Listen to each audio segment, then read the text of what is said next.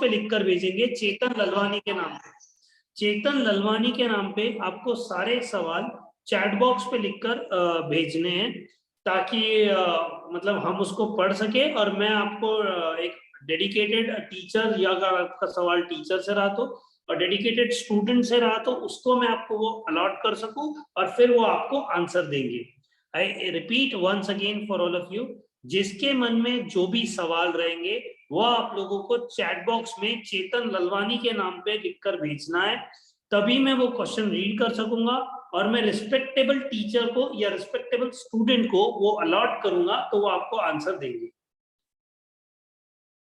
Right, I hope already actually questions आना शुरू हो गए, तो I hope my message is very clear to all of you. Right, let us start once again. मैं Chetan Lalwani DFC परिवार की ओर से आप सभी को मनपूर्वक स्वागत करता हूं। राइट, आज का जो सेशन है वो आर्किटेक्चर और डिजाइनिंग को कोर्स को लेकर है। अब सबसे पहला सवाल मन में क्या आता है अपने? सबसे पहला सवाल जो मन में आता है, आप लोगों ने फील्ड तो चूज कर ली कि आर्किटेक्चर हमको करना है, नहीं हमको डिजाइनिंग करना है, तो सबसे पहले जो मन में सवाल आता है वो आता है एंट्रेंस को लेकर कि व्हाट इज द गेटवे। ये एग्जाम में अपीयर करने के लिए गेटवे क्या है, हमको ये कोर्स के लिए जाना है तो हमको किस पाथ से जाना है। तो मैं आपको बताना चाहूंगा इस क्वेश्चन का आंसर आप सभी के लिए कि आर्किटेक्चर के लिए there are 2 gateways. One is NATA, national aptitude test for architecture, and second is JEE mains paper 2। JEE mains paper 2 ये होता है एंट्रेंस एग्जाम अगर आपको एनआईटी से आर्किटेक्चर करना है तो। जो अलग अलग एनआईटीज और आईआईटीज में जो आर्किटेक्चर भी आप जो कोर्स है वहां से करना है तो उसके लिए आपको नाटा एग्जाम के थ्रू जाना होगा।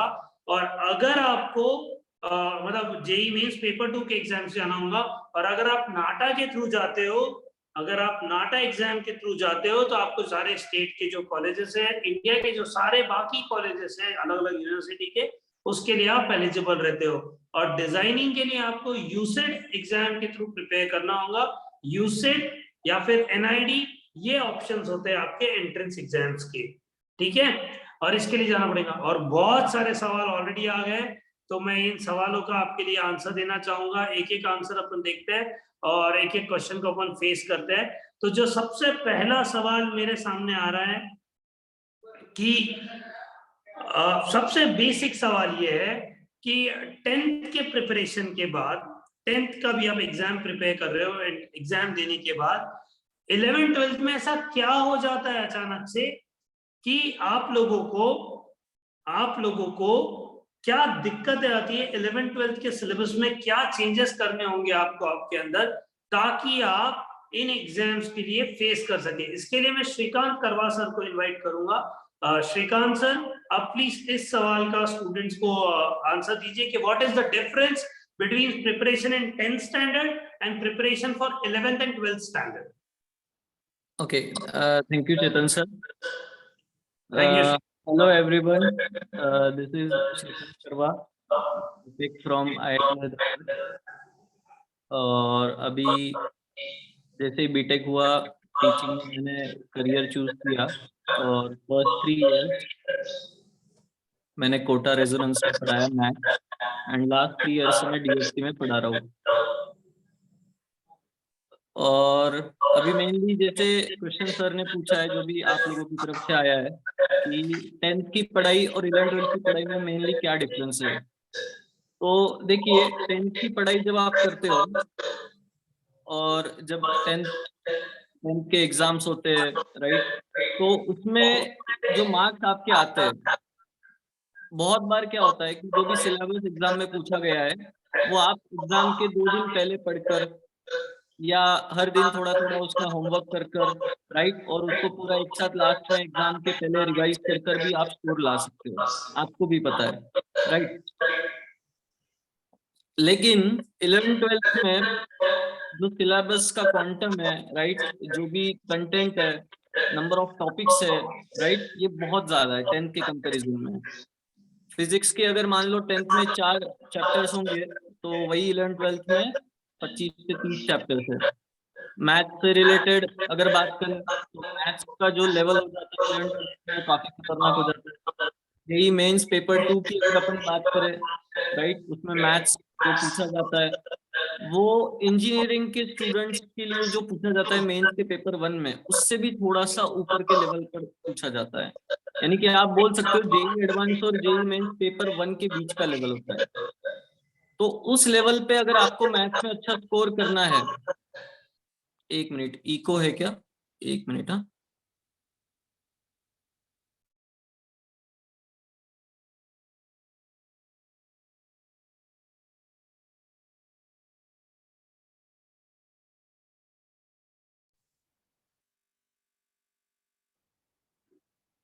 शायद कुछ प्रॉब्लम हुआ है साउंड को ओके, लेके। अभी आवाज आ रही है क्लियर?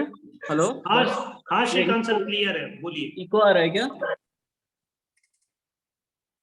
ओके, सो अब देखो भाई, अपन किस पॉइंट पर थे? हाँ, मैथ्स के रिगार्डिंग अगर बात करें तो जेई मेंस का पेपर 2 में जो भी सिलेबस आएगा 11th-12th में जितने टॉपिक्स, मान लीजिए 25 टॉपिक्स है वो आपको जो पढ़ाए जाएंगे, उसके ऊपर किसी भी टॉपिक से मान लीजिए अगर एक क्वेश्चन आता है और हर टॉपिक में अगर 10 सब टॉपिक्स है तो किसी भी सब टॉपिक से वो क्वेश्चन आ सकता है, राइट। एंड 25 टॉपिक्स है,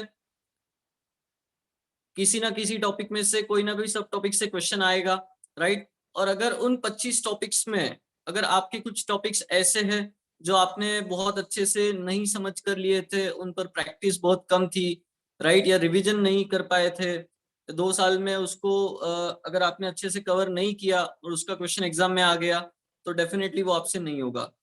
तो बेसिकली जो भी 10th की पढ़ाई है और 11th-12th की पढ़ाई है उसमें मेन डिफरेंस सिलेबस का है। सिलेबस बहुत ज्यादा है और उस सिलेबस को 11th-12th में कवर करने के लिए 10th में जैसे आप एग्जाम के पहले पढ़कर या हर दिन 2-2 घंटे पढ़ाई कर कर, राइट, जो भी टॉपिक्स के नीचे के क्वेश्चन है उनको सॉल्व कर कर अगर मार्क्स लाते थे तो 11th-12th में तो वैसा बिल्कुल नहीं चलेगा, राइट।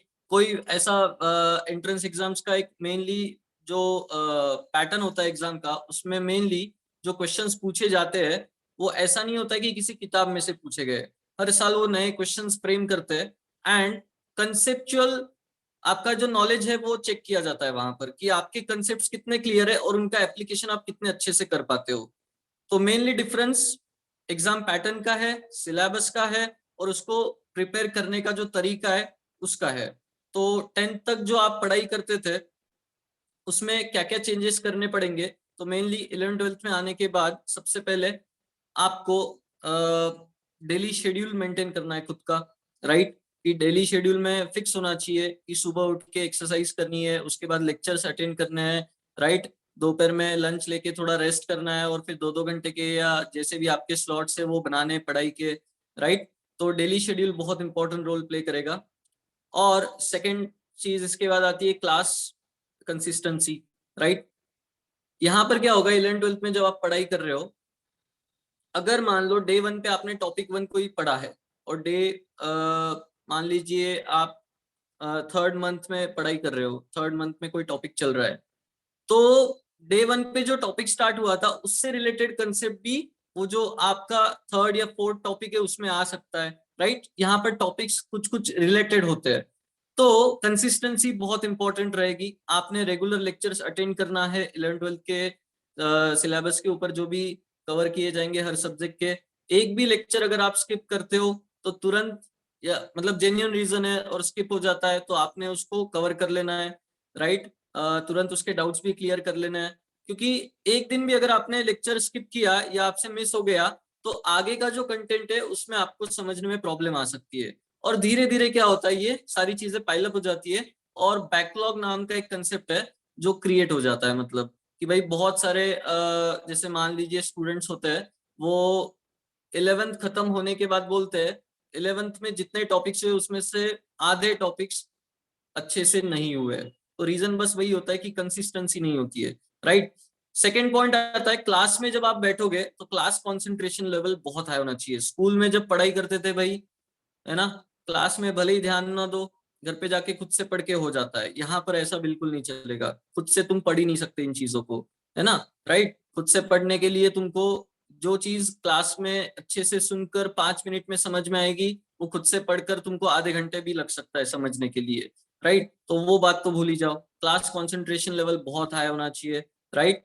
ऐसा होना चाहिए कि किसी आपने 10 महीने पहले कोई मूवी देखी है, बाहुबली 2 मान लो, उसमें बताते हैं वो कटप्पा ने बाहुबली को कैसे मारा, वो आपको अभी तक याद होगा।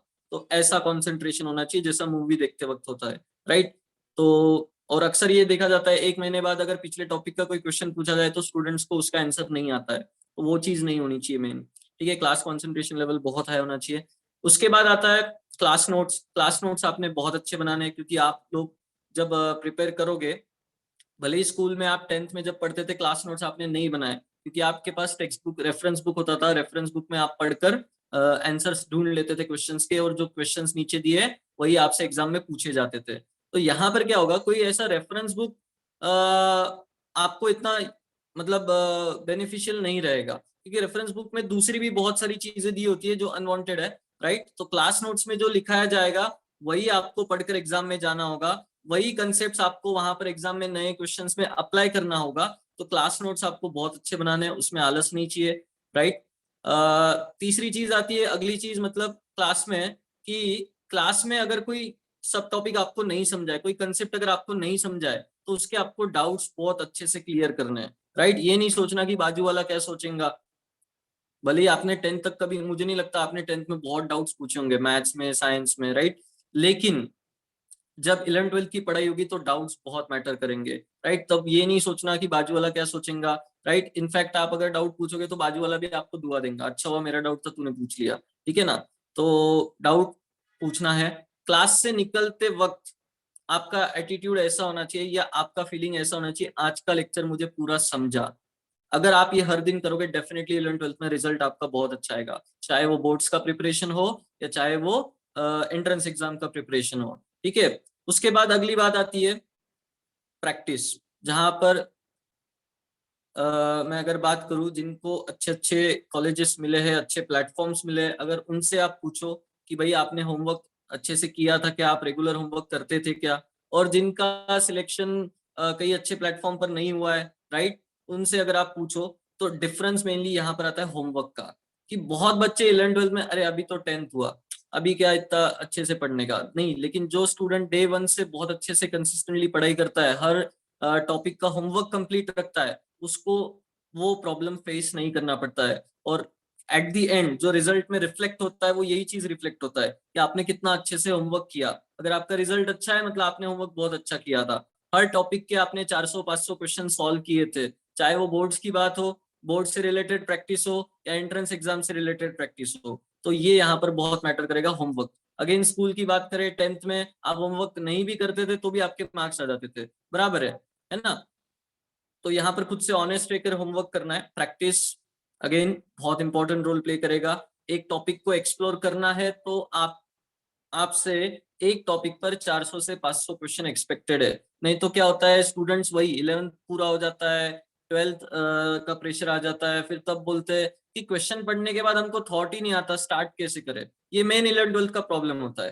तो ये जो प्रॉब्लम फेस करते हैं, ये बेसिकली प्रैक्टिस इनकम्प्लीट या कम प्रैक्टिस, 100 क्वेश्चन 150 क्वेश्चन की प्रैक्टिस के ऊपर आप एक्सपेक्ट ही नहीं कर सकते कि भाई होमवर्क मतलब सब्जेक्ट आपका अच्छा हो। तो 400 से 500 क्वेश्चन आपको पर टॉपिक प्रैक्टिस में करने पड़ेंगे। उसके बाद अगली चीज आती है रिवीजन, ठीक है। अगर आप लोगों के पास कैलकुलेटर है भाई, तो एक नंबर टाइप करो उस पर 1.01:365, और एक नंबर डालो 0.99:365, दोनों का आंसर देख लेना कितना आता है। मैं बता देता हूँ, 1.01:365 आपका आएगा 37 पॉइंट समथिंग कुछ अराउंड, एंड 0.99:365 जो आंसर आएगा दैट इज अराउंड 0.00242 ऐसा कुछ आएगा, ठीक है। अब इसका आपने इससे क्या लेना देना। तो देखो, रिवीजन एक ऐसी चीज है जो आपको बहुत बेटर बनाएगी। पिछले दिन अगर आपने एक यूनिट काम किया, मान लो ईयर के स्टार्ट में एक पहले दिन आपने एक यूनिट काम किया, और हर अगले दिन अगर आपने 1-1% ज्यादा काम किया, यानी क्या, होमवर्क हो गया, आज का पढ़ाया हुआ पढ़कर हो गया, तो पिछले दिन का रिवीजन वगैरह करना, एक्स्ट्रा वर्क करना, राइट। तो हर दिन अगर आप 1% ज्यादा काम करते हो पिछले दिन से, तो 365 डेज इन अ ईयर, उसके बाद आपका आउटपुट हो जाएगा 37 टाइम्स। और अगर आप 0.99 की पावर चेक करते हो 365, तो वो आता है 0.00242। इसका मतलब क्या, अगर पिछले दिन से आपने 1% काम कम किया, राइट, ऐसा पूरे साल भर चलता रहा, है ना, आपने घर पे, आपने, आपसे किसी ने पूछा भाई पढ़ाई हो गई क्या, हाँ हो गई, राइट, टाइम पास किया, जो भी अपने जो एडिक्शंस होते हैं भाई, पबजी, फेसबुक, इंस्टाग्राम, ये सब अगर आपने अवॉइड किया और पढ़ाई में ध्यान दिया, एक्स्ट्रा एफर्ट्स लिए, तो डेफिनेटली आपका आउटपुट 37 टाइम्स हो सकता है। नहीं तो भाई 0.00242 के कैटेगरी में चले जाओगे। तो रिवीजन एक बहुत इंपॉर्टेंट चीज होगा। आपको जो भी एंट्रेंस एग्जाम्स होंगे, 2 साल का सिलेबस उसमें पूछा जाएगा, तो आपको हर टॉपिक का रिवीजन कम से कम 40 से 50 बार हुए वाला होना चाहिए, राइट। पुराने टॉपिक्स की अगर बात करो, नए टॉपिक्स का 20 बार, 15 बार ऐसा रिवीजन हुए वाला होना चाहिए। नोट्स के किस पेज पे कौन सा फॉर्मूला था, कौन सा क्वेश्चन था, ये आपको याद होना चाहिए। इस तरीके से अगर आपका रिवीजन है, तो डेफिनेटली रिजल्ट बहुत अच्छा आएगा, राइट। 10th में आप अगेन रिवीजन बस एग्जाम के पहले करते थे, तो ये मेन डिफरेंस है। 1.01 वाला फॉलो करना है आपको रिवीजन के हद तक। नेक्स्ट है test papers, right. Test papers में हर बार आपको नए क्वेश्चंस आएंगे, राइट। और ऐसा नहीं होगा कि आपके नोट्स में के क्वेश्चन आ गए, मॉड्यूल में के क्वेश्चन आ गए। तो वो जो पेपर्स 11th-12th में आपके प्रैक्टिस में आएंगे, राइट, उनको आपको अच्छे से एनालाइज करना है, कहाँ मेरी सिली मिस्टेक्स हो रही है, कहाँ पर मैं कौन से सब टॉपिक के क्वेश्चन नहीं कर पा रहा हूँ। तो ये सारी चीजें जब आप टेस्ट दोगे 11th-12th के, तब आपको समझ में आएगा कि भाई एग्जैक्टली कैसे टेस्ट पेपर में बैठना है। जितने भी 3 आवर्स का अगर मान लो टेस्ट पेपर है, राइट, तो उसमें कैसे माइंडसेट होना चाहिए, पॉजिटिव एटीट्यूड वगैरह वगैरह सारी चीजें आती है। तो वो सब वो तो बातें अपन बाद में भी डिस्कस कर सकते हैं, बट मेनली ये फैक्टर्स है जहां पर अपने को ध्यान देना होगा। 10th की पढ़ाई और 11th-12th की पढ़ाई में सर मेनली यही डिफरेंस है। तो इतने पॉइंट्स का अगर कोई ध्यान रखता है, तो डेफिनेटली उसको रिजल्ट लाने में बहुत हेल्प मिलेगी, अच्छा रिजल्ट लाने में सर। आई होप क्वेश्चन का आंसर सारे स्टूडेंट्स तक पहुंच गया होगा sir. Thank you sir. Thank you Shrikant sir. Actually आपने बहुत सारे क्वेश्चंस जो अभी अभी आए, उनमें से काफी का आंसर तो आपने दे ही दिया है। ठीक है, अब एक जन ने मेरे को अभी अभी एक क्वेश्चन पूछा है कि हमारी ड्राइंग अच्छी है, इसलिए हमने आर्किटेक्चर करना ये डिसाइड किया है, बट ये कैसे डिसाइड करे कि आर्किटेक्चर करना है कि डिजाइनिंग करना है हमको? डिफरेंस क्या है? What is the difference between architecture and designing? मैं इस क्वेश्चन का आंसर मैं चाहता हूँ आप मेरी एक स्टूडेंट से ले, निधि पारगांवकर से। Nidhi has joined recently UPES Dehradun. Nidhi, आप अपने आप को इंट्रोड्यूस भी करो और इस क्वेश्चन का आंसर भी दीजिए प्लीज इन लोगों को। और डीएफसी ने आपकी कुछ कैसे मदद करी है, आप इसका भी आंसर दीजिए। तो I invite Nidhi for the answer कि आर्किटेक्चर ऑप्ट करना है कि आपको डिजाइनिंग ऑप्ट करना है। Hello everyone, I am Nidhi Pargaonkar, and I have just completed my designing exams and I am in UPES Dehradun. Right now I am in my first years, that is my foundation year, but I am hoping to choose UI UX as the discipline when I further do my designing course. So I have always been a student of DFC since my 7th standard, but the years of 11th and 12th helped me profoundly, क्योंकि designing एक ऐसी field है, designing या architecture for that reason, both the fields require a lot of things with your normal academic studies. That is, you need to be aware about GK because वो भी तुम्हारे papers में आएगा. You have to be aware about drawing questions that will also come in your paper, and also you have to have touch with your mental ability questions. So when you have so much to do, you can't just sit in some batch which is for like maybe NEET or maybe for IIT, because that demands a lot of more academic structure than what is demanded for architecture or a designing batch. Coming back towards the question that how do you decide on the basis of your drawing whether you should go in the designing field or the architecture field? I would like to say that this is a very wrong perception that only drawing can help you go into designing or architecture. Just drawing is not going to help you to go in any of the fields, because that is going to help you to go only in fine arts. But now, depending upon what type of drawing you like, it is something which is very important. For example, if you want to be a designer, say, see, I wanted to be a designer. So the type of drawing I like is very technical kind of drawing. Like if someone shows me a product and if he tells me that इस product को आप कैसे improve कर सकते हो, and if I am someone who will like to improve the product in an artistic manner to make it more easy to use, then yes, I am someone who is interested in design. Design is not a very aesthetic aspect.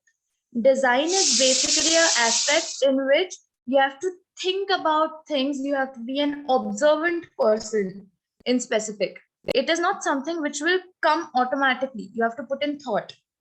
And when it comes to architecture, if you're very much fond about the processes going into how something looks, I mean, how does a building or how does the interiors or any architectural structure looks or any space looks, then you're someone who is interested in architecture. There's a very fine line. If you have a keen observation towards objects or say websites, see, when I say I want to become a UI UX designer, I look at websites, I look at apps, I don't look at designs for the buildings and stuff. So when something like that interests you, you're someone who should go to designing. And if that type of drawing interests you, you should go to designing. And if the other point of drawing interests you, I think you should go to architecture. Sir, I'm getting in a little bit of questions from a student, so I'll just go through that and answer. Nidhi, you can answer the questions, but I request all of you कि please आप सभी लोग chat box चेतन ललवानी पे questions भेजिए. Then मतलब अगर बहुत सारे क्वेश्चन सेम रहे तो फिर I just allotted one by, और else it will take a lot of time. एक ही क्वेश्चन बार बार रिपीट हो जाएगा. तो बट अगर आपको कोई क्वेश्चन आया निधि तो आप अभी तो आंसर दे दीजिए उनको. And Nidhi, even I have got one more question for you. A student has sent me, मतलब आप ये भी cover करिए. Can we do design through IIT? Yes, that it is a very similar question which I have got. To get into design schools, you have three main options. One is giving UCED, other is giving NID, and third is giving NIFT. But NIFT is more specifically fashion design. So I won't really recommend fashion design if you're interested in design other than fashion. It's something very different. So I would say only if you're interested in fashion design, then one should give entrance for NIFT. Now talking about UCED and NID, if you give NID exam, you would basically be getting NID, that is National Institute of Design colleges. There are total 5 colleges in India, so you will be getting those 5 colleges. But if you give UCED exam, through UCED exam, you get IIT colleges. This year, IIT Delhi have also added to the list. Basically, till last year, we had only 4 IITs and 1 triple IT in which you can get through UCED. But this year, IIT Delhi have added to the list. So we have 5 IITs and 1 triple IT in which you can get through UCED. But also other private colleges consider the scores of your UCED, and depending upon that, they'll also admit you there. But basically, when you give UCED, you're capable of going into IIT colleges. So if you want to do your designing through IIT colleges, you have to give UCED. If you want to do your designing in NID, that is National Institute of Design, you have to give NID entrance exam. The main difference between 2 exams is if you go to IITs and do your design, you will learn the very technical aspect of design. But if you go to NID and do your design, you will learn the very aesthetic aspect of design. So there's a lot of difference. Depending upon your skills, it depends. And definitely I would say depending upon the skills only you can qualify any of these exams. Because in NID paper, the NID paper is a highly creative paper. 60% of the paper is based on drawing, and only a little bit of paper is based on GK, maths, as well as your aptitude. So it is a very small proportion in which you will need something other than drawing. But when it comes to UCED, In UCEED, you have drawing only for 60 marks. Otherwise, 240 marks are only for your aptitude. So you can well imagine how the difference is clearly seen in the entrance exam itself. When it comes to UCEED, UCEED is a very technical based exam and will teach you technical aspect of design. And NID is a very aesthetic based exam and will teach you aesthetic aspect of design. So yeah, this is all from my side.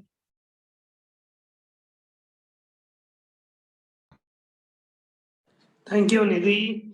Actually, you covered a lot many question answers, and a very satisfactory answer. So the next question which I've got is about architecture, that SPA except NATA score. तो सबसे पहले तो मैं आपको बता दूं, अपने साथ मेरी एक और हमारी DFC की एक और स्टूडेंट ज्वाइन करी है, निलीशा Sarode. Recently, she has got admitted to SPA Delhi School of Planning and Architecture. Nilisha, very warm welcome to you from my side. First thing, Nilisha, मैं चाहता हूँ आप स्टूडेंट्स को ये क्वेश्चन का आंसर दीजिए कि which are the entrances available for architecture. पहले तो आप ये क्वेश्चन का आंसर दीजिए, and then which are the best colleges for architecture, and then does SPA accept NATA score? So 3 questions. I'll ask you one by one, but first you can start with about the architecture entrance preparation.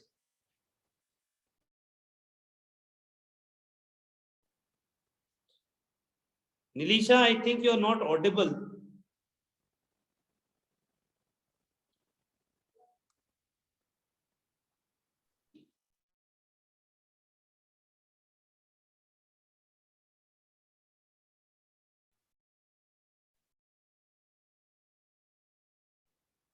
I think there is some technical problem, Nilisha, from your side. Am I audible now? Yes. You can continue, Nilisha. I'm sorry. Okay, so to begin with the entrance exams, there are 3 entrance exams through which you can get into architecture. First is JEE Mains, paper 2. The second one is NATA, and the third one is called AAT. Now for JEE Mains and NATA, I think you pretty much know about it, of how the exams are. Part of it consists maths, then there's aptitude and there's drawing. But for AAT, it's slightly different. For AAT, you need to qualify JEE Mains paper 1, then you need to qualify JEE Advanced, and then you need to apply for the AAT exam through which you can get IITs. For the JEE Mains exams, there are a very specific number of colleges, maybe 8, just 8 colleges that you get through JEE exam, out of which 3 are SPAs. Those are the best colleges that you can get for architecture. And then there are certain NITs that you can get, for example, Nagpur and Calicut. And for the NATA, all the private colleges like JJ and Rachna Sansad and stuff. For the next question that somebody asked, for the NATA score, no, SPA does not accept the NATA score. It just considers your JEE Main score and your rank.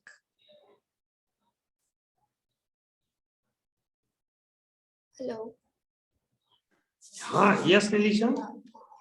Sir, anything else you want me to tell? Yes. Does SPA accept NATA score? No, SPA does not accept NATA score. It just considers your JEE score and its rank. That's it. And what are the subjects you need to prepare, and how DFC has helped you for your preparation? Okay, so the subjects, for the main subject that you need to focus on is maths for the academics part. Other than that, you need to prepare for aptitude and drawing. Now for the maths, to begin with, I would highly recommend you to not confine yourself to just one specific reference book or a set of books that you think are gonna be good, because you never know what kind of questions they are gonna ask you. And same goes with aptitude. Shrikant sir was there to teach us maths, and Chetan sir was also there, and they have also told us the same key. You do not need to just stick to one reference book for your maths part, because no question is obviously it's not repeated. And since जब से online mode शुरू हुआ है, जब से Covid हुआ है, उन्होंने नाटा में भी ड्राइंग का पार्ट हटा दिया है, so the level of maths and aptitude has gone very very high. We did not expect the questions that could come to us, और बहुत ज़्यादा unexpected questions थे. So I would recommend कि जितनी ज़्यादा varieties तुम explore कर सको, उतनी ज़्यादा varieties of questions से तुम जाओ. For the drawing part, I would recommend कि perspectives पे ध्यान दो, और उसमें भी like go for everything, like get your hand on everything. You need to go for sketching. You need because पहले कभी sketching के questions नहीं आए थे, और इस बार directly we got portraits in our exam questions twice. So that was really unexpected, but luckily a few of us knew what to do. बस इतना ही है. And same goes for aptitude ki like you never know what kind of questions they are going to ask you. For example, एक question आया था हमें कि एक sentence दिया था उन्होंने, 5 languages में लिखा था. For example, गुजराती, हिंदी, मलयालम, तमिल और कन्नड़ा, और सामने उन languages के नाम थे, and we had to match those languages. And this is something completely unexpected in a NATA paper. एक architecture के exam में नहीं तुम एक्सपेक्ट कर सकते ऐसे क्वेश्चंस, बट ऐसे टाइप के क्वेश्चंस भी आए थे. So just make sure that you go through each and everything. आपको पिछले साल के नाटा के पेपर्स भी अवेलेबल है, जेडब्ल्यू के पेपर्स भी अवेलेबल है. You can just go through that and just estimate कि क्या लेवल होना चाहिए आपके एक्सप्लोरिंग का, कि आपको क्वेश्चंस किस किस टाइप के आ सकते हैं. That is what I could recommend. Another thing, जो तुम्हें बुकलेट्स और क्वेश्चन बैंक्स DFC से मिल रही है, वो जेन्युइनली, ऑनेस्टली और कंसिस्टेंटली सॉल्व करो. बिलीव मी, पहले हमें भी लगता था कि मतलब ये बहुत कुछ है, लाइक इतना तो आएगा भी नहीं, but no, it's always less. हमने पूरी क्वेश्चन बैंक सॉल्व करी थी, and still there were questions जो हमने कभी नहीं देखे थे. There were questions in paper that we had to think upon very hard. So I would tell you ki just go through each and every question prominently and properly. Also concept समझ लो. question जो एक particular question है उसको रट के मत करो, because the concept is gonna remain the same, but जो values वगैरह होगी वो change होगी. So ratification is not gonna help you in any ways. concept अच्छे से समझ लो, and of course teachers भी काफी अच्छे मिले हैं तुम्हें. they are always there to help you, and they are gonna clear your doubts. So that's all. ये 2 points ध्यान में रखना कि first a variety of questions, you need to increase your variety of questions, and second consistency रखो आपके work में. Yeah, that's it. Thank you Nilisha. Yeah. And बहुत सारे क्वेश्चंस आ रहे हैं मेरे पास, and I will just pass on the questions. और कुछ क्वेश्चंस का आंसर मैं आपको देना चाहता हूँ. अभी एक स्टूडेंट का क्वेश्चन मेरे सामने आया है कि what is the difference between career in engineering and architecture. बेटा, मैं आपको इस क्वेश्चन का आंसर देना चाहता हूँ. See, it's your choice. Career is beautiful in engineering if you become an engineer. Career is much very beautiful also as well if you go with architecture. It depends upon our interest, it depends upon our choice. और एक बात हमेशा याद रखना बेटा, चाहे अच्छा engineer हो उसकी भी बहुत कमी है, एक अच्छे आर्किटेक्ट की भी बहुत कमी है. It depends your choice, where is your interest. You don't calculate the interest in terms of money and opportunities. You calculate the interest, it's your choice. तो आप क्या करना चाहते हो ये आपका चॉइस रहेगा. But you have a very beautiful career in both the fields, और प्रिपरेशन दोनों फील्ड्स का बहुत अलग अलग है. ठीक है, तो this question I have got from one of the students which I wanted to state. And now one more question I have got recently. I just got one question कि how to select between NATA and JEE. मेरे साथ एक और student जुड़ा है अपने सबके साथ अभी, Shyam Agrawal. Shyam, I want you to answer this question for the students कि how to select between NATA और जेई मेंस। आर्किटेक्चर करना है ये तो फाइनल करा है उन्होंने, but how they will select कि उनको नाटा के एग्जाम से प्रिपरेशन करना चाहिए कि उन्होंने जेई मेंस का प्रिपरेशन करना चाहिए। What are your views on it? Shyam?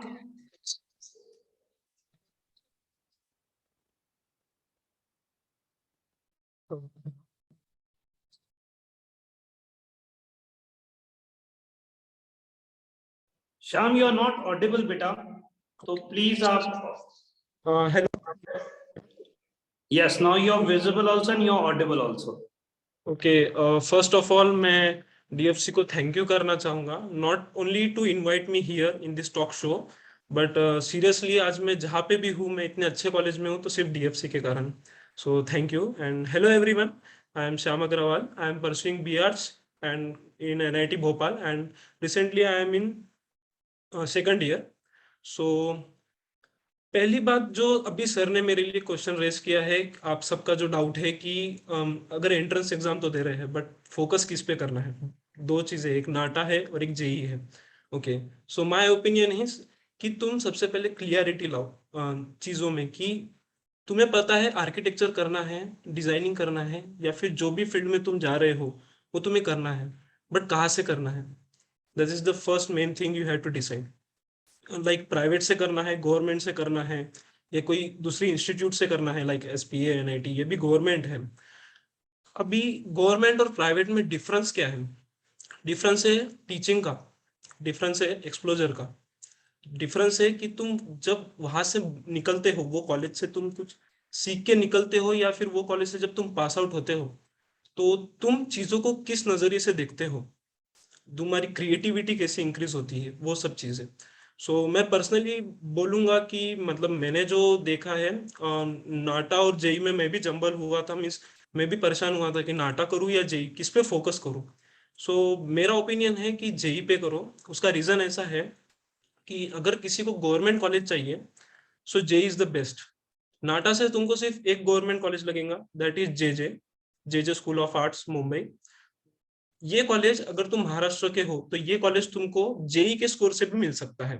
So JEE का स्कोर एक नेशनल लेवल एग्जाम है, नाटा भी नेशनल लेवल है, बस जेई का इंपॉर्टेंस थोड़ा ज्यादा है, और जेई का स्कोर हर एक कॉलेज में वैलिड है, बट नाटा का सब कॉलेजेस में नहीं है। लाइक अगर नाटा का मैं बोलूँ तो एनआईटीज में नहीं है, एसपीएस में नहीं है। अभी बहुत से लोग सोचे होंगे कि NIT, SPA, private colleges, JJ, इसमें क्या डिफरेंस है। Okay, let me tell you कि NITs and SPAs are government colleges, और ये तुमको सिर्फ जेई के स्कोर से मिलेगा। गवर्नमेंट कॉलेजेस मींस तुमको जेई के स्कोर से अगर मैं बात करूँ तो 3 एसपी है जैसे निलिशा ने बताया, और सेवरल एनआईटीज। एनआईटीज में भी मेरे ख्याल से 10 एनआईटीज है, जब मैंने थोड़ा रिसर्च किया था तो 10 एनआईटीज है, यानी तुम्हारे पास total opportunity 13 government college plus private colleges, तो ये तुम्हारे लिए बेस्ट अपॉर्चुनिटी है। और नाटा से सिर्फ एक गवर्नमेंट कॉलेज है जो है जेजे, वो तुम जेई से भी एक्वायर कर सकते हो, और प्राइवेट कॉलेजेस से। अभी मेरा ओपिनियन है नाटा कंपलसरी एग्जाम है, अगर तुमको आर्किटेक्चर बनना है तो तुमको नाटा तो कंपलसरी देना है, जेई ऑप्शनल है, जेई ऑप्शनल है। तो इनमें से मीन्स अभी एक आता है, मैं चाहूंगा कि तुम जेई पे फोकस करो मेनली, क्योंकि जेई ऑल ओवर इंडिया है, मतलब कहीं पे भी उसका स्कोर वैलिड है। तुम प्राइवेट कॉलेजेस में जा सकते हो, जहाँ नाटा का स्कोर वैलिड है वहाँ जेई का भी स्कोर वैलिड है। So best is JEE. अभी मैं बताऊंगा कि इसका प्रिपरेशन मतलब कैसा होता है, डिफरेंस क्या है, जेई क्यों अपन नहीं लेते हैं। जेई का सबसे मेन है सिलेबस दोनों का सेम है, नाटा में भी ड्राइंग एप्टीट्यूड मैथ्स और जेई में भी drawing aptitude maths. So main thing is here कि तुम दोनों का डिफरेंस कहाँ बैठता है, जेई थोड़ा टफ जाता है सिर्फ मैथ्स के कारण। जेई का जो मैथ्स है थोड़ा हायर लेवल का है, इसलिए बच्चे उसको नहीं लेते हैं या फिर उसको ड्रॉप कर देते हैं। वो सोचते हैं कि नहीं, मैं इससे नहीं जाना चाहूंगा, थोड़ा नाटा इजी लगता है तो जाना चाहिए। But you are wrong. अगर तुमको अच्छे कॉलेज में लगना है एकदम, तुम्हारा एक्सप्लोजर, तुमको तुम्हारा करियर, अगर तुम्हारा सच्ची में तुमको करियर आर्किटेक्चर में बनाना है, तो मैं चाहूंगा कि तुम कोई भी एग्जाम दो लेकिन सीरियसली दो। और मेन में जेई पे इसलिए फोकस कर रहा हूँ कि जेई से बहुत सारी अपॉर्चुनिटीज है जो तुमको मिल सकती है। तो मैं जेई का एक्चुअली है, इसके अंदर 400 मार्क का पेपर आता है, जेई पेपर 2 जो आर्किटेक्चर के लिए है। इसके अंदर 200 का तो सिर्फ एप्टीट्यूड रहता है, 100 का ड्राइंग एंड 100 का मैथ्स। सो जेई में स्कोर करना बहुत इजी है, जेई में स्कोर करना बहुत इजी है। जेई का सिर्फ एक ही एलिजिबिलिटी क्राइटेरिया है कि तुमको बोर्ड्स में 75% चाहिए बस। बाकी जेई में तुम्हारा जो स्कोर है वो एकदम जो स्कोर निकलता है वही तुम्हारा फाइनल स्कोर है। नाटा की स्कोरिंग थोड़ी अलग होती है। नाटा का 200 मार्क का पेपर आता है और वो इतना टफ आता है कि अगर तुम 100 से 130 के बीच में स्कोर करते हो so you are a good student, 130 to 160 या 150 के रेंज में सो यू आर परफेक्ट, और अगर 160 के अबव तो एक्सीलेंट। इतना टफ चेकिंग होता है नाटा का। सो नाटा में स्कोर करना इतना इजी नहीं है। प्लस नाटा का ड्रॉबैक ऐसा जाता है, मीन्स उसका दिक्कत ऐसी जाती है कि नाटा में बोर्ड्स बहुत ज्यादा इंपॉर्टेंस है, क्योंकि नाटा में 200 मार्क्स का जो पेपर आएगा तो उसमें फॉर एग्जांपल अगर तुमने 130 मार्क्स स्कोर किया है और बोर्ड्स में तुम्हारे हैं 70 मार्क्स, तो नाटा का स्कोरिंग फाइनल जो स्कोरिंग होता है वो ऐसा निकलता है कि 230 नाटा का जो स्कोर आता है वो हाफ हो जाता है एंड उसमें बोर्ड्स का स्कोर ऐड होता है। तो अगर तुमको नाटा करना है तो तुमको बोर्ड्स पे बहुत फोकस रखना पड़ेगा। लाइक अगर मैं बोलूँ 120 अगर नाटा का स्कोर है तो उसका हाफ 60 और बोर्ड्स का अगर मिलाओ 70, सो आपका स्कोर आया सिर्फ 130। आप बोर्ड्स अगर नाटा में आप 180 भी ला लो तो उसका 90, 70, 160 बस, और बहुत ही है। लेकिन अगर तुम बोर्ड्स पे फोकस करते हो, बोर्ड्स का थोड़ा बढ़ाते हो स्कोर, या फिर दोनों, नाटा में सबसे मेन है कि तुम थोड़ा ये मीन्स एक गुड स्टूडेंट रहो। नाटा में तुम फोकस तो हो, तुम उसमें स्टडी अच्छे से करो। ऐसा नहीं है कि बोर्ड्स पे ही पूरा फोकस डालना है, बट नाटा का भी पैरेलली करना है। बट अगर तुम बोर्ड्स अच्छे से करते हो तो नाटा करने की इतनी जरूरत नहीं है। मीन्स नाटा तुम एक एवरेज भी करते हो चुकी। फॉर एग्जाम्पल अगर मैं बोलता हूँ तुमको बोर्ड्स में आ गए 90 और नाटा में अगर तुमको आ गए 120, 90 and 60 150, so you can check the difference. फर्क ऐसा है, तुम जो नाटा में स्कोर करोगे उसका हाफ हो जाएगा और बोर्ड्स में जो स्कोर करेंगे वो एज इट इज रहेगा। तो तुम अगर यहाँ पे 1 मार्क स्कोर करते हो तो तुम्हारे सिर्फ आधे मार्क है, लेकिन यहाँ 1 मार्क तो एक, तो इतना डिफरेंस आता है। और नाटा से मीन्स मेन थिंग तो यही जाता है कि कॉलेजेस का मेन जो है चीज की नाटा से तुमको गवर्नमेंट कॉलेजेस वगैरह उतने नहीं मिलते हैं, बट जेई से तुमको गवर्नमेंट कॉलेज मिलते हैं। सो आई थिंक मैंने आंसर दे दिया है आपका। सर और कोई क्वेश्चन है? हेलो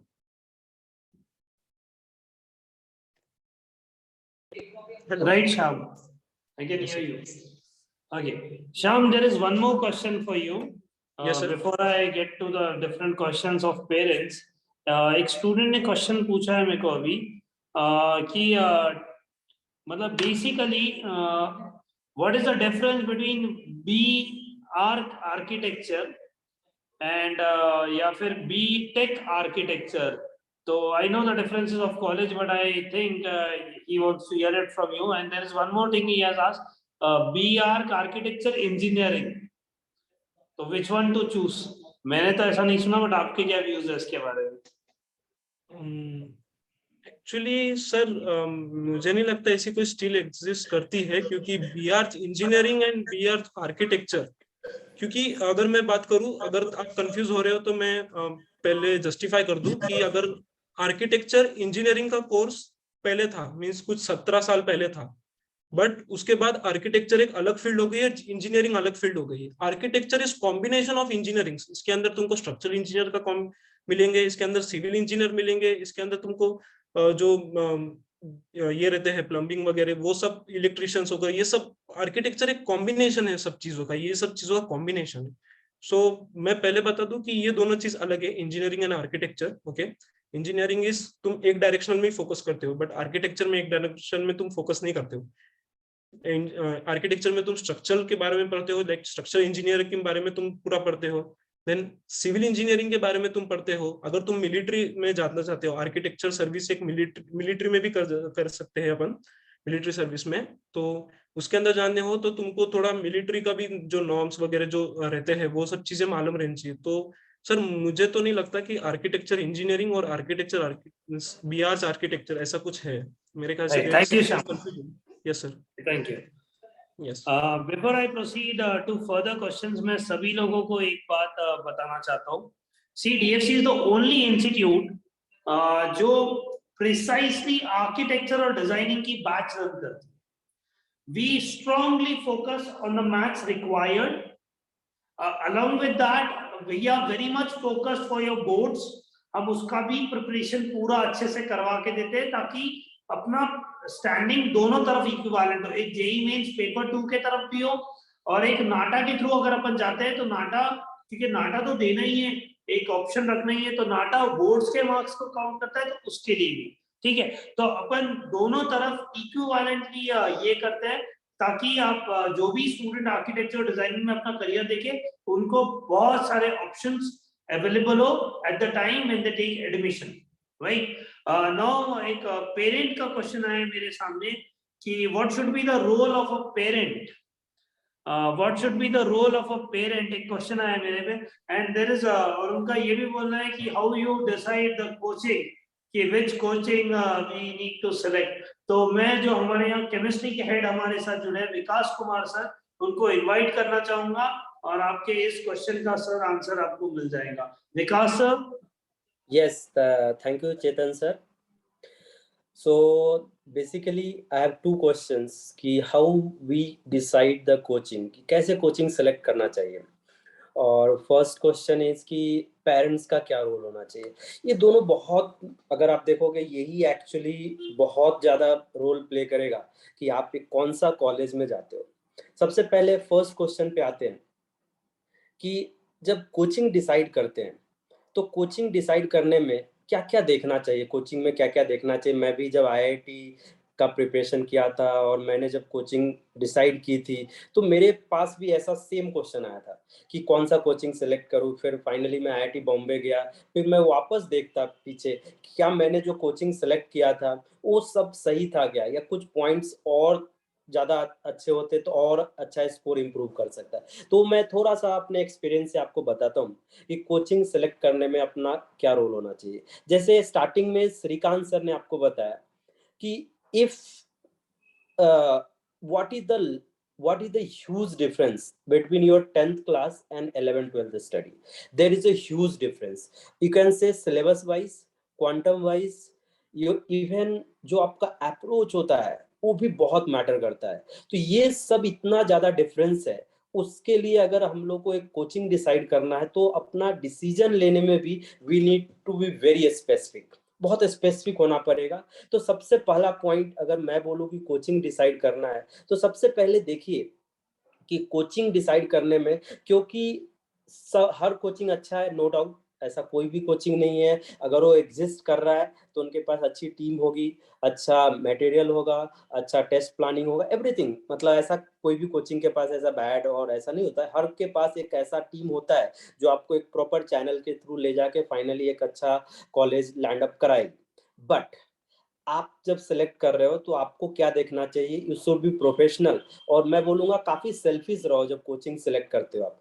तो सबसे पहला कोचिंग सेलेक्ट करने में, क्योंकि 10th के बाद डायरेक्टली आप 11th में इंटर करते हो, तो क्या जहां पे आप जा रहे हो, क्योंकि ये जो आर्किटेक्चर एंड डिजाइनिंग है, सबसे पहले बात देखिए कि जैसे आईआईटी नीट अगर मैं बात करूं तो कोचिंग सेलेक्ट करने में रिजल्ट क्या है ये एंड ऑल बहुत सारी चीजें डिसाइड करती है। बट ये आर्किटेक्चर एंड डिजाइनिंग में स्पेशली क्या होता है, क्या उस पार्टिकुलर कोचिंग में क्या कोई पार्टिकुलर सेगमेंट है या पार्टिकुलर स्पेसिफिक बैच है क्या जो सिर्फ इस पैटर्न पे काम करती है। तो ये एक बहुत इंपॉर्टेंट होगा आपके लिए, क्योंकि देखिए जनरली बोलते हैं कि बोर्ड की तैयारी कीजिए, बोर्ड में अच्छा स्कोर कीजिए तो आपका नाटा एंड ऑल जो भी जेई मेंस के थ्रू वो अच्छा स्कोर आ जाएगा। बट अगर समहाउ मान लीजिए कि आपको जब आप 2 साल पूरी प्लानिंग के साथ स्टडी कर रहे हैं, अगर बोर्ड भी अच्छे से फोकस नहीं कर पाए, जो उसका पार्टिकुलर पैटर्न होता है अगर उस पर काम नहीं हुआ, तो हो सके आप लास्ट में जब एग्जाम दोगे तो दिक्कत में आ सकते हो। तो सबसे पहला तो यही करना, आप डीएफसी सेलेक्ट करो या कोई भी कोचिंग सेलेक्ट करो, सबसे पहला कि आप आर्किटेक्चर बैच में जा रहे हो या नहीं, डिजाइनिंग वाले बैच में जा रहे हो। ऐसा तो नहीं कि आप एक कॉमन लोगों के साथ बोर्ड की तैयारी कर रहे हो, क्योंकि पूरे 2 साल ये टेम्परामेंट रहना बहुत जरूरी है कि आप डिजाइनिंग के लिए बने हो, आर्किटेक्चर के लिए बने हो, ये एटीट्यूड बहुत जरूरी है। तभी एक आप अच्छा, जैसा कॉलेज सिलेक्शन बहुत इंपॉर्टेंट होता है और उसमें score will play very important role. तो सबसे पहला कि वहाँ पे है कि नहीं, तो यहाँ पे डीएफसी विल हेल्प यू। हम लोग 2-3 साल से हम लोग सेपरेट बैच बनाते हैं, मतलब चाहे कुछ भी हो वो बैच पूरे 2 साल सिर्फ उसी पैटर्न पे काम करेगी जिस पैटर्न पे नाटा का एग्जाम होता है, जिस पैटर्न पे जेई मेंस का पेपर 2 होता है, उस पैटर्न पे काम करेगी। सेकंड, ठीक है, कोचिंग सेलेक्ट कर लिया, वहां पे बहुत अच्छी बैचेस है। आपको मैं एक एग्जांपल देता हूं। मैं सब सेकंड थिंग क्या मैटर करता है, जैसे श्रीकांत सर ने आपको बताया कि सिलेबस कितना वास्ट है। मतलब इजी नहीं होता है कि इतने आपको फिजिक्स भी पढ़ना है, केमिस्ट्री भी पढ़ना है, मैथ भी पढ़ना है, फिर डिजाइनिंग में आपको ड्राइंग भी सीखना है, बहुत सारी चीजें एक साथ है। और अगर बहुत सारी चीजें एक साथ है तो आपके पास अगर कोई डाउट आता है तो क्या for that particular doubt you have the right person? क्या आप उस पर्सन से डायरेक्टली इंटरेक्ट कर सकते हो? क्या कोई नोटिस कर रहा है उस डाउट को? तो ये बहुत इंपॉर्टेंट होता है कि पूरे 2 साल एक एक डाउट आपका अच्छे से क्लियर हो। मतलब ऐसा ना हो कि एक चैप्टर में 2 डाउट रह गए, क्योंकि देखिए एक चैप्टर से एक ही क्वेश्चन आएगा और फॉर एग्जांपल उस जिस पार्ट से क्वेश्चन आना है अगर वही डाउट है तो आपके लिए पूरा चैप्टर 0 हो जाता है। तो ये तो हम लोग आईआईटी और नीट की जब तैयारी करते हैं तो वहां भी ये चीज बोलते हैं कि किसी भी पार्टिकुलर सेक्शन में कोई भी डाउट नहीं होना चाहिए। और इसके लिए आपको पूरी, तो यहाँ भी अगर आप देखोगे बहुत सारे कोचिंग्स है, बट हम लोग स्पेसिफिक क्या करते हैं, हम लोग का जो इस साल से ही पैटर्न हम लोग फॉलो कर रहे हैं, उस पैटर्न में क्या है कि अगर एक टॉपिक है, एक particular section, for example chemistry की बात करता हूँ, एक कोई रिएक्शंस है, रिएक्शंस के बहुत सारे पार्ट्स होते हैं, मैकेनिज्म होता है, क्या यूज करते हैं, प्रोडक्ट्स होता है, मेजर प्रोडक्ट, माइनर प्रोडक्ट, बहुत सारी चीजें होती है। तो अगर मैकेनिज्म है तो हम लोग जैसे ही मैकेनिज्म एक पोर्शन होगा तो उसके बाद में एक टेस्ट लेंगे हम लोग, और टेस्ट में आपको तुरंत समझ में आएगा 2 दिन में कि ये चैप्टर आपका हुआ है कि नहीं। तो आपका ऐसे पूरा मान लो पूरा चैप्टर्स है, उस पूरे चैप्टर्स को ब्रेक किया गया, स्मॉल स्मॉल बीट में ब्रेक किया गया, और हर बीट पे आपका टेस्ट होगा।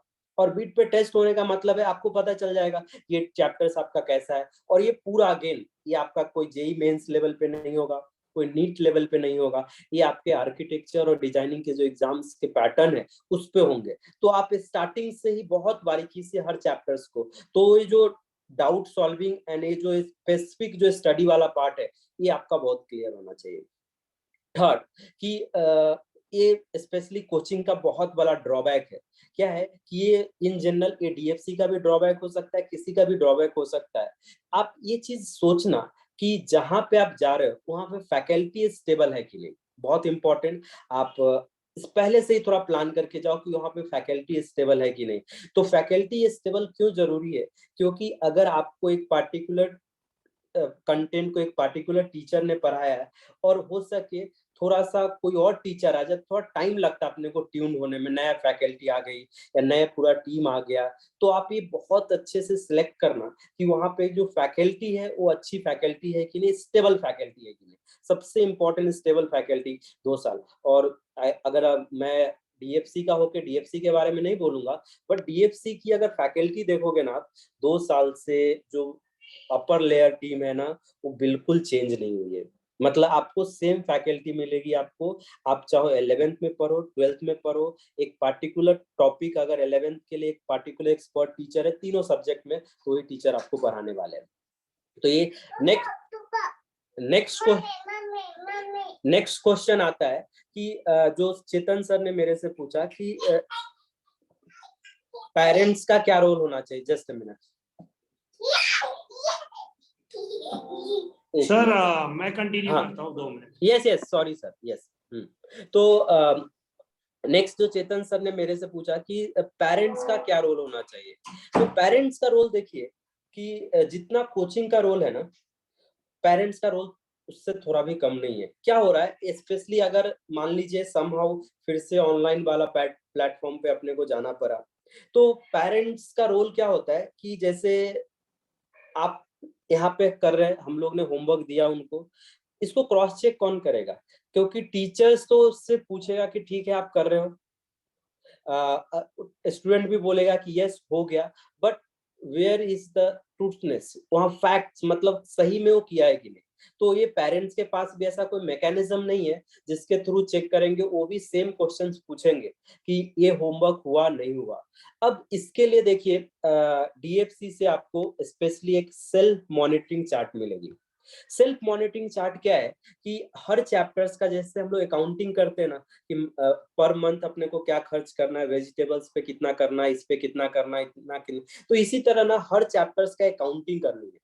और उस अकाउंटिंग में पेरेंट्स का क्या रोल है कि जो लिख रहा है, जैसे फॉर एग्जांपल एक पार्टिकुलर चैप्टर्स है, तो उस पार्टिकुलर चैप्टर्स में ये पढ़ा उसने, वहां पे टिक किया और उसमें डाउट सॉल्व हुआ है कि नहीं, और फाइनली उनके जो क्वेश्चन, जो फाइनल टेस्ट हुए, कितने मार्क्स आए। अगर से पेरेंट्स इतना ध्यान रखते हैं हर टॉपिक्स का कि हर टॉपिक्स के पास उसके पास वो बायोडाटा है कि नहीं, कि हर टॉपिक से ऐसा नहीं कि वो एक टॉपिक का छोड़ दिया फिर दूसरे टॉपिक में टेस्ट नहीं दिया, तो ये चीज जैसे ही उनको पता चले, या तो स्टूडेंट को बोले कि नहीं प्लीज आप फॉलो कीजिए, या तो तुरंत कंसर्न टीचर्स को बोल देना चाहिए कि नहीं सर ये पार्ट वो उससे हुआ नहीं, ये नहीं समझा। तो पेरेंट्स अगर वो सेल्फ मॉनिटरिंग चार्ट को बहुत अच्छे से अगर मॉनिटर करें और with the help of teachers, क्योंकि अगर आप डीएफसी से जुड़ते हो तो डीएफसी में एक और बहुत अच्छा पैटर्न पे हम लोग काम कर रहे हैं कि एक पर्टिकुलर सेट ऑफ स्टूडेंट्स को हम लोग मेंटर असाइन करते हैं।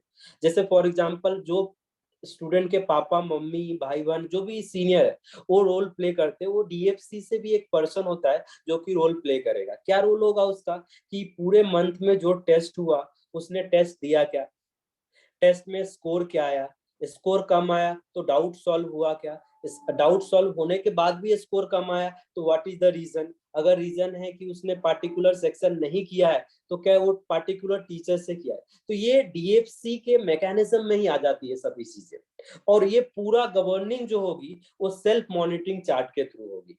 तो पेरेंट्स अगर सिर्फ उस चीज पे फोकस करते हैं कि वो सेल्फ मॉनिटरिंग चार्ट जो है अच्छे से पूरे हर चैप्टर का बना है, तो मुझे नहीं लगता है कि कोई पार्ट मिस होगी, और जो भी स्टूडेंट है उनके सिलेक्शन में फाइनली कोई भी रुकावट आएगी। फाइनली अगर ये सेल्फ मॉनिटरिंग चार्ट अच्छे से हुआ, अगर पूरे साल डाउट अच्छे से सॉल्व होते रहा, एक एक चैप्टर को बहुत बारीकी से अगर पढ़ा जाए, तो फाइनली एक रिजल्ट अच्छा आएगा। तो Chetan sir, I think this is more than sufficient for your question. Thank you, Vikas sir.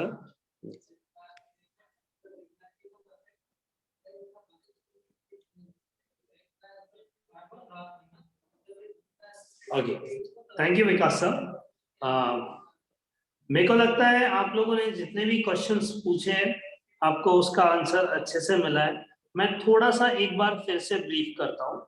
आज का जो टॉक शो था हमारा वो आर्किटेक्चर और डिजाइनिंग को लेकर था। पहले मैंने ये आपको जानना जरूरी समझाया कि एक 10th के प्रिपरेशन में और 11th-12th के प्रिपरेशन में क्या डिफरेंस होता है। तो जैसे ही मेरे को वो क्वेश्चन का आंसर आपको मिला तो फिर मैंने आपको बताया कि आर्किटेक्चर और डिजाइनिंग में आपको चूज कैसे करना है। जो आपको निधि ने आंसर दिया था कि आप आर्किटेक्चर ऑप्ट करो या डिजाइनिंग ऑप्ट करो। फिर आर्किटेक्चर के अंदर कौन से एंट्रेंस से आप जा सकते हो, इसका आंसर आपको निधीश ने दिया। और शाम ने आपको ये आंसर दिया कि आप आर्किटेक्चर का प्रिपरेशन के लिए कैसे डिसाइड कर सकते हो कि जेईई मेंस पेपर 2 में जाना है कि आपको नाटा के थ्रू जाना है।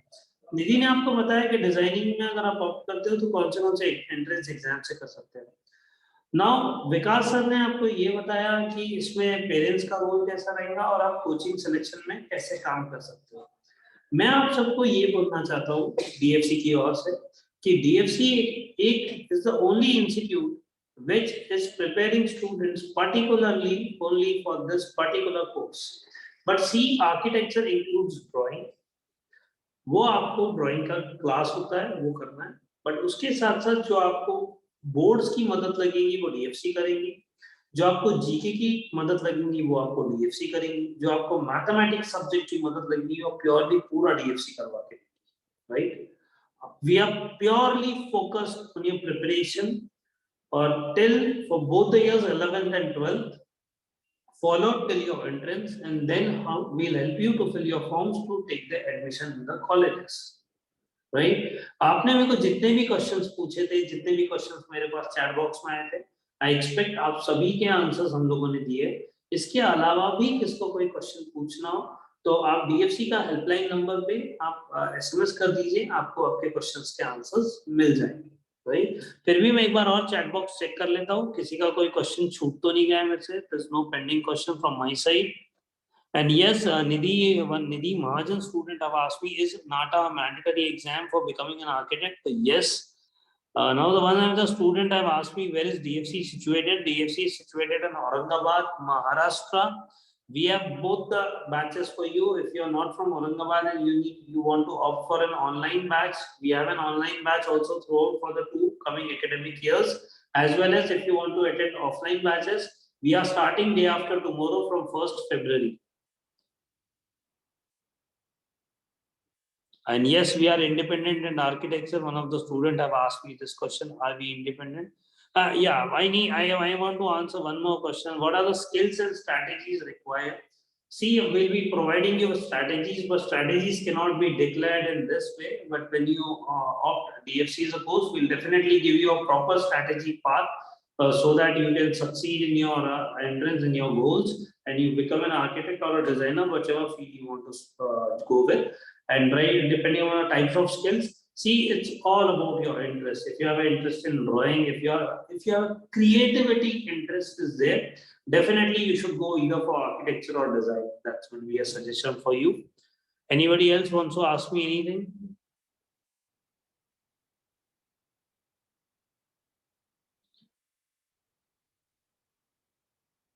Yes, last year due to COVID, नाटा का criteria हट गया था कि नाटा is compulsory, but I hope COVID goes and all the criteria remains the same. Actually, we cannot give a statement depending on what has happened in the last 2 years. The reason is very simple, because due to COVID there are many changes in the norms. But I hope post COVID again everything will become normalized, and till your exam for next coming 2 years we expect to end this COVID, right? So thank you all of you. I hope you had a great session. You can give your feedbacks in the chat box, and rest we are done, right? Thank you. And if you are interested, please, if you want to, you can just note down our helpline number. I'll give you in the chat box to everyone. Any other information related to fees and all, you can just SMS us on the helpline number or call us.